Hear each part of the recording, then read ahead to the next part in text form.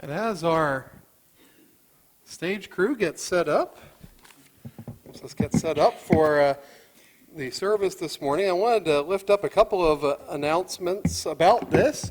First of all, isn't it a wonderful, joyous, amazing thing that a church our size gets to send into the world not one, not two, but 3 missionaries? Isn't that just a spectacular thing? So we know that this is not a typical Sunday morning worship service, and that's okay because we get to pause one Sunday a year for Mission Sunday to highlight the way that God is calling people in our congregation who not just to come here, not just to give, not just to serve through here, but they have called them to step out so far in faith that they are going to be sharing some amazing details this morning about that are, quite frankly, scary for me to hear. I'm not going to lie.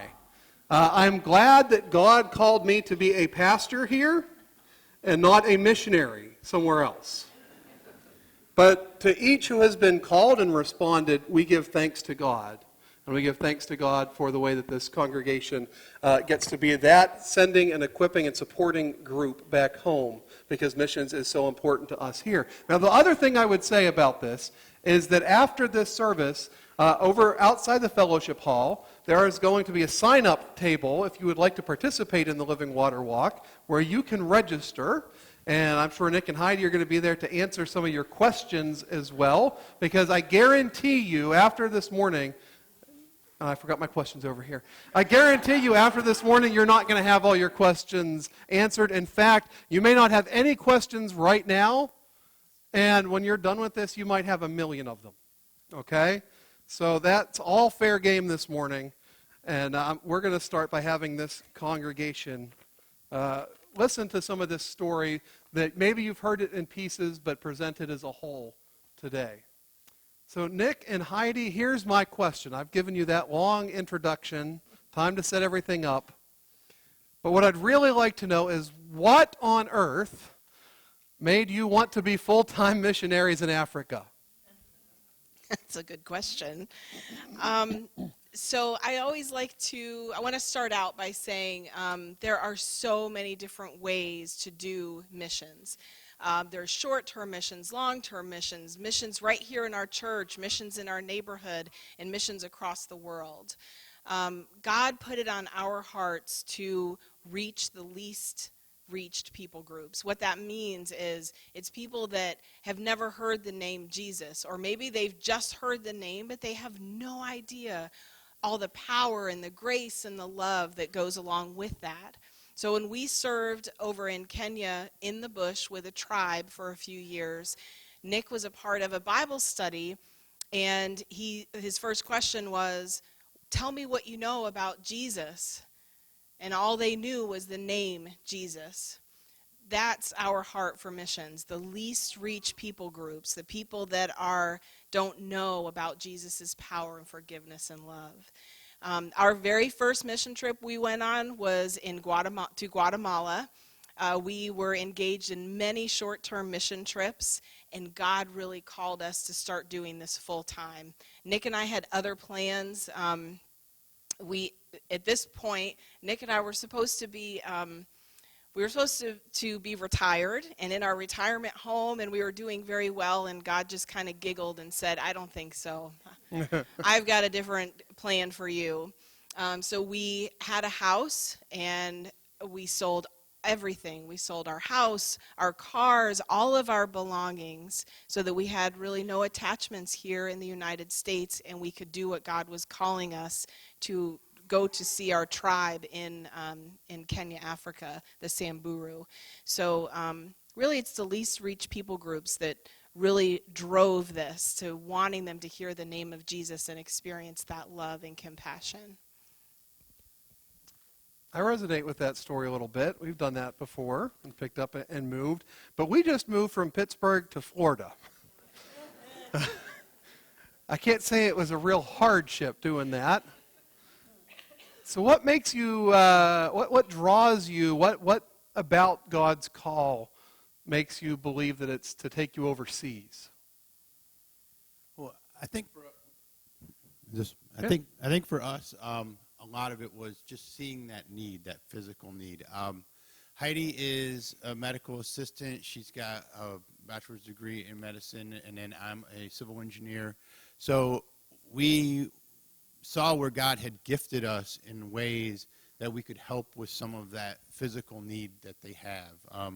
And God was working on us, and he had this plan long before we even had the idea of going into missions, with the training and the background that he gave us. It's interesting, there's a sign, a picture that's up front there with this girl standing, and she has two little Coke bottles. One's filled with dirty water, and one's filled with the filtered water. That's the water that they use at their school. That was before they had the filtration system. The dirty water was what they used, and it was seeing that physical need and seeing how we could couple that with Christ's love that really drove us into the idea of just going overseas to be able to help. And how many of you here have ever been overseas, gone overseas to a third world country? How many of y'all? So you see the need there. It's a desolate need. Whereas here, there's infrastructure in place in America and other first world countries to help with that need. You can go for food stamps. You can go right here to our church and get clothing if you don't have clothing. And when we lived with our tribe, their crops failed. There was no food, no infrastructure to replace that. So it was us teaming with America to help them to do a food drive for them. So it's certain things like that the need is just a little bit different than what it is here. Well, you mentioned that your expertise is in water filtration systems as you go over there, and yours is in medicine. How does that enable you or open up doors for you to be able to share the gospel? Because ultimately, we're not sending a civil engineer, we're not sending a person trained medically, we're sending missionaries in the name of Christ. So how does that provide opportunities for you to share the gospel? You can do that. Well, it's really easy. It opens up doors in a lot of ways. Like I said, they are. When we were there, we were trying to eat what they were eating and drink what they were drinking. We were going down to the areas where they were getting water, which were really just basically puddles or a lake that they were also getting, their cattle would go into to get water and things like that. So it wasn't clean by any standard, really. And we would get our water there, and then we would take it up and we would filter it. And we had a filtration system at our home that we would invite them up to use the filtration system. The way they were designed, it was kind of built for sort of a small community. And then during that time, when they were filtering the water, it gave us an opportunity to share who Christ is and let them know, why we were there, which was really, it is that bigger picture. It's not just about clean water. It's about letting them know who Christ is and what he's done for us. And then with Heidi being in medicine, they were also coming for medical issues. They have a lot of stomach issues and things from the water. So that gave us opportunity. We would put in filtration systems at the different churches and at pastors' homes, which would then give them an opportunity. It wasn't something that we knew we can't do it alone. So we would network with the different pastors and the local pastors that were there, and that way, if now that we're no longer there, they're still able to share those opportunities to share Christ's love with them. Yeah, so it was really opening up a lot of doors for the local churches that were already trying to get in and make inroads there, and you're providing tremendous evangelistic tools and outreach tools into the community that those local pastors would not be able to provide on their own. Right, especially in a culture where they had just heard the name of Jesus. There was a lot to talk about. So the very first filter that Nick created, the pastor came over to our house and he said, "You've got to slow down because I'm not even getting through the creation story and the clean water's coming out. So could you slow it down a little bit?" And Nick said, "Okay, I didn't think of that. Yeah, sure, no problem." So what do you think are going to be your major objectives on the ground when you get there? We know your background. We know what you've done in Kenya. What are the big projects that you're looking to complete when you're in Sierra Leone? Well, we will be, again, helping with clean water and medical care. We're coming in, our receiving agency is the United Methodist Church of Sierra Leone. We're going to be automatically just plugging in and partnering with a pastor on the ground, a United Methodist pastor on the ground, who was born and raised in the town that we'll be serving in. So he understands the culture, understands the needs. We're going to be helping with basically restoring some of the existing boreholes. They've got some pumps that have failed or that are broken, and they just don't have the resources to rebuild those. And then Heidi will be working with the local hospital there to get with them to see what kind of needs they have, equip them with some training and some equipment. When we were there, we had an opportunity to see what they have, and there's some needs that they have as far as, and Heidi can tell you more, but just defibrillators and just basic equipment that we kind of take for granted. I know some of the stuff even I think the church has here that they didn't have in their hospital. So trying to help with that. And then, like I said, the main thing is being a partner with that local church so that we are always using that as an opportunity to keep it Christ-centered. Now, you mentioned the United Methodist Church as your receiving agency over there. And so this is a different type of a setup than like a United Methodist sponsored missionary going in. And I know from our conversations that you have a sending agency. So why do you have a sending agency, and how do they help you get ready to go into the field? So our sending agency is TMS Global. They used to be called the Mission Society of the United Methodist. So that's one of the reasons we decided to go with them. What our sending agency does for us is they equip us and train us to be sustainable missionaries long-term, lifelong in the field. And what that means is they don't train me in medicine, they don't train Nick in engineering, but they do train us to be sustainable. So we've had extensive training to recognize things like culture shock. They help us with those types of things. So for instance, when we go over to Sierra Leone, we're going to be living with a fishing village. No electricity, no running water. We're going to be eating what they eat. We're going to be probably dressing a little bit different out of respect to them.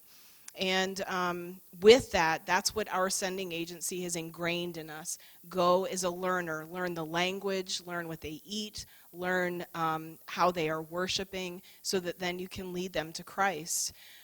With that, our sending agency, there's a very gray line, and this is what we kind of talked about earlier. That gray line, meaning they send out people to visit us from our sending agency to make sure that we're still all upstairs here. So as you can imagine, there's you're going from this very very nice culture that we live in, that we're very comfortable in, into a culture that's very different than ours. So they make sure that we are physically okay, mentally, emotionally, spiritually okay. We check in with them once a month. They do have people that come out to visit us periodically.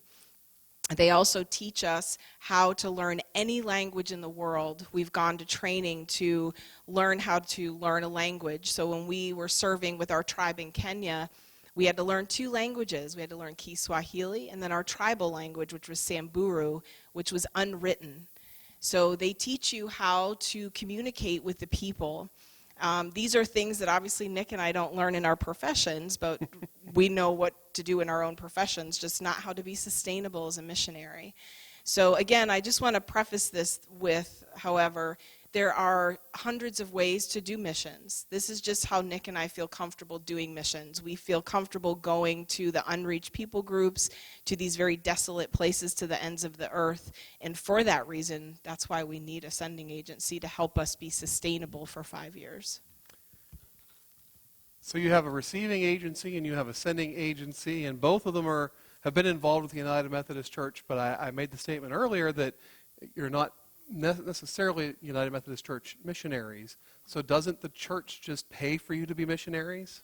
No. So our sending agency does not give us any funding. Our receiving agency doesn't give us any funding, nor does the United Methodist Church as a whole. So we are responsible for 100% of our support. So that's why, like last weekend, we were at another church right here in Seminole, Church of the Good Shepherd. They are Lutheran, and we were over there talking to them similar to what we're doing here today, because it's families, it's individuals, it's churches, it's Sunday school classes, it's missions committees who all help us be sustainable financially in the field. So last time when we went to Kenya, we had 90 supporters. Some of those were individuals, some of them were companies, some of them were churches as a whole. So that's who supports us, is people like you and groups that you're a part of. All right, so here's the uncomfortable questions talking about money. What does it cost to be a full-time missionary, and what's your budget when you get over there? I'll let Nick handle that one. Well, for us, we have to fundraise for our insurance, our 401k, our like FICA, both sides of our taxes, all of that type of stuff we have to have our funding for, plus our typical stuff as far as food, housing, travel expenses, those type of things. Our insurance actually has an evacuation plan in it in case of, things like Ebola or civil wars or things like that break out. So our budget is $8,000 a month. That includes all of that. And then for special projects and things like that, that's going to be above and beyond that, as far as doing, if we were to do a well or things like that, or something to that nature. So I've heard you say $8,000 a month. I heard you say that you had over 90 supporters last time. So it's not something that you're expecting a single church to do, but you are looking for partners. You're looking for, even if someone here can't support you each month, connections to maybe groups of people who could potentially do that. And just as a side note, right, I don't think we want them to go over there without insurance, right? I mean, if you're going to live in the bush and drink the water and eat the food and have no electricity, you want insurance. And an evacuation plan is a good thing to have as well. So my question for you is, when you get overseas and you're communicating back to us and you have those things that come up that are going to be those extra projects, drilling a new deep well perhaps, right? Or helping to outfit the hospital with a piece of equipment that they don't have that we take for granted here in the States. How are you going to communicate with us and with your supporters when you're overseas? So we have a monthly newsletter that our supporters or prayer warriors can sign up. We have a sheet in the back as well as in the fellowship hall, and we send out monthly newsletters just letting you know how we're doing, what we're doing. We also send videos back here that you can play at the church. One year when we were serving in Kenya, we had them, they invited us to light one of the candles for Advent, and so we did a little mock Advent candle lighting and sent them the video, and that was really lovely. So with technology right now, there's so many ways to connect with you, either individually, care packages, that kind of thing. We received a lot of those when we were in the bush last time. So there's many ways to communicate back and forth. Skype calls are huge. We have done services before where we've actually led service through a Skype call, and also visited with Sunday school classes with a Skype call. But that really is a necessity. It's very important to us that we let you know how we're doing. And it's very important also for prayer, so you can see how to pray for us. That's really meaningful. So. All right, this is the time where I let you ask them, let's see here, a question, 2 questions, something like that. Do we have any questions that you suddenly had pop into your mind? Barb? Is it dangerous? Because I've always heard that area can be dangerous. So her question was, is the area dangerous? It can be. Ebola is still present over there. The war, there's some rioting that's currently going on in the last 2 weeks. So we do keep our eye on that, but that danger is everywhere. It was much more dangerous when we lived in Kenya on the border of Somalia, and we were out in the middle of nowhere, but it is amazing how God provides for you. So that's actually one of my biggest fears is home invasion. And so that's what I always ask for my prayer warriors, is to just protect us with his angels during that time. So it's a real thing for missionaries.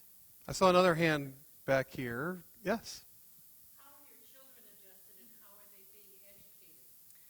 The question is, how have our children adjusted and how have they been educated? So our son Gilly, he is 8. He's going to be 18 next month. So he was with us when we lived with the tribe in Kenya, and we homeschooled him. He was going to be going into the Coast Guard, so he will not be going with us during this time frame. We came home to the States so he could thrive and get an American education and get on with his path. So once he leaves for the Coast Guard at the end of the summer, then that's why we've chosen our date of 2021 to go back to Africa. Are there other questions? Yeah. What does it cost to drill a deep well? It varies depending on really the type of pump and things that you're going to put in. We're showing $15,000, and that's for the to have it set up to be solar because there is no electricity there. But if you're somewhere where there's electric, I guess it can get down to about $5,000. So. Is there a question over here that I saw? Yeah.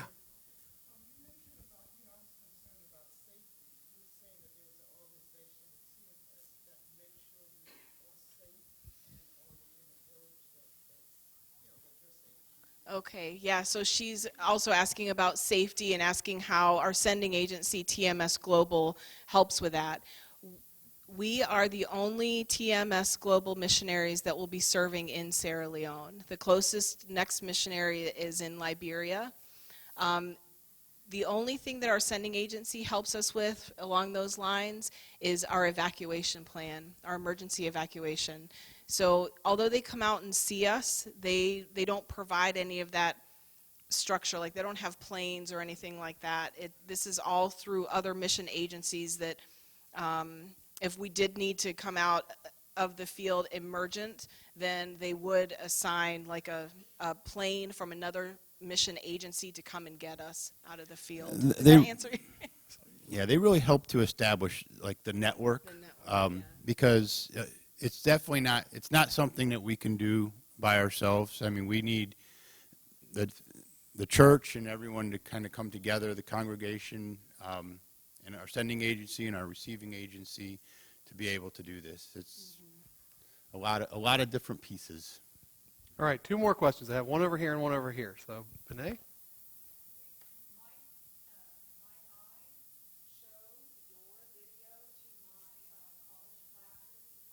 Absolutely, we would love that. Yes, I'll get you a copy. She asked if she could show our video to her class, and absolutely, if anyone wants to do that, we have the link we can send to you. Just if you don't have our email, you can let Pastor Nathan know. There's also a thumb drive floating around with it on somewhere. So if you don't want to download it, but you can ask someone to plug it into a computer, we can get that for you too. Thank I saw one more question over here.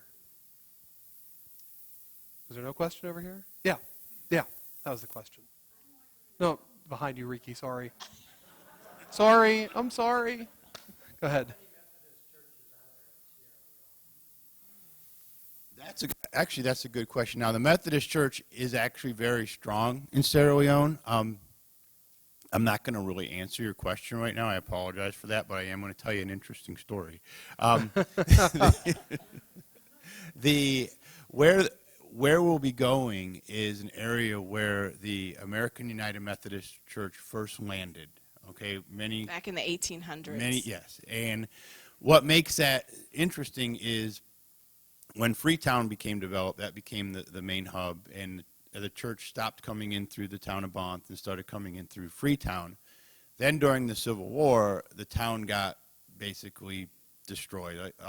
They used to have electricity. They used to have running water. They used to have all of these really neat and amazing things that then were taken from them. So it's interesting to go in. You go into this town that looks like sort of a colonial town, and it has, you know, a beautiful United Methodist Church and everything in it. But there's, like I said, there's no infrastructure, no running water, so that one of the things that the pastor that we're serving with is just so passionate about, and it was neat to see him, because like I said, he was born and raised in this town, and it's one of those things that as you're working up the ladder, I guess, in the Methodist Church, it's one of the areas that they send you almost As a punishment. it's hard. It's a hard place. That's why Nick's stumbling. They send you there as a punishment. Good job. Here, let's send you here. So when he got assigned there, he was really struggling with it. But then when he'd heard that he was going to be partnering with some missionaries, he became very excited about the idea that he was going to have opportunity to really institute some change into And his so what community. Nick is talking about too is that's the island, Charbrough Island, where we'll be serving. That's what the bishop asked us to consider serving there, because it is like a ghost town. It used to be the main entry, and now it's the forgotten island because of Freetown, the capital. So, All right. Thank you very much. thank you. Would you give them a round of applause this morning?